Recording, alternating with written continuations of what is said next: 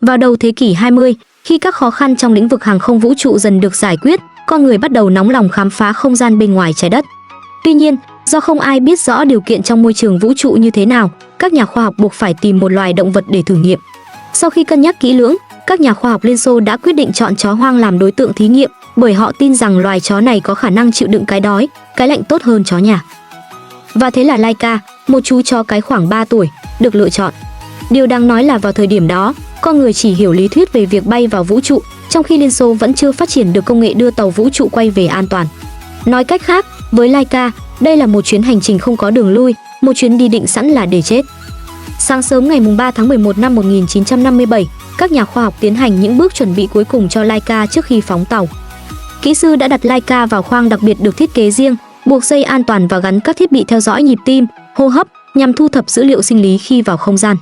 Đúng 7 giờ 22 phút, tàu Sputnik 2 được phóng thành công, mang theo giấc mơ chạm tới vũ trụ của loài người, cùng với sinh mệnh nhỏ bé của Laika.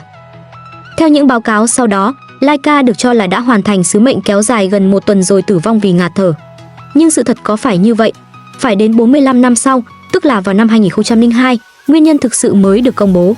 Thực tế, Laika đã chết chỉ vài giờ sau khi phóng, do hoảng loạn và sốc nhiệt. Một kỹ sư từng tham gia nhiệm vụ mô tả, khoang tàu được thiết kế có hệ thống làm mát bằng quạt nếu nhiệt độ vượt quá 15 độ C. Tuy nhiên, sau khi phóng, nhiệt độ và độ ẩm trong khoang tăng nhanh chóng, khiến hệ thống làm mát hoàn toàn vô hiệu. Trong khi đó, Laika bị xích chặt vào ghế, không thể cử động, không thể trốn thoát khỏi cái nóng chết người. Trong khoảng 5 đến 7 giờ sau khi phóng, tín hiệu sinh học của Laika hoàn toàn biến mất, chú chó nhỏ ấy đã chết trong đau đớn vì sốc nhiệt. Thi thể của nó không bao giờ quay lại trái đất. Ngày 14 tháng 4 năm 1958, Liên Xô thông báo rằng vệ tinh mang theo Laika đã tự phân rã trong không gian. Sau cái chết của Laika, chính quyền Liên Xô công bố một bức ảnh ghi lại khoảnh khắc chú chó ngồi trong khoang tàu, quay đầu lại nhìn, gương mặt bình tĩnh. Dù chỉ sống trong không gian chưa đến 7 giờ đồng hồ, chuyến bay ngắn ngủi ấy đã mở ra một chương mới cho hành trình chinh phục vũ trụ của nhân loại. Để tưởng nhớ đóng góp to lớn của Laika, ngày 11 tháng 4 năm 2008, chính phủ Nga đã dựng tượng đài tưởng niệm Laika tại Moscow, gần viện nghiên cứu quân sự nơi từng huấn luyện và phóng tàu mang Laika vào không gian. Tượng đài được thiết kế là hình ảnh Laika đứng trên đầu một tên lửa, như một biểu tượng dũng cảm giữa vũ trụ bao la. Trước vũ trụ rộng lớn, con người thật nhỏ bé và yếu ớt. Con đường khám phá không gian luôn gian nan và đôi khi phải trả giá bằng máu và sinh mạng. Nhưng hàng nghìn năm qua, bước chân con người chưa bao giờ dừng lại.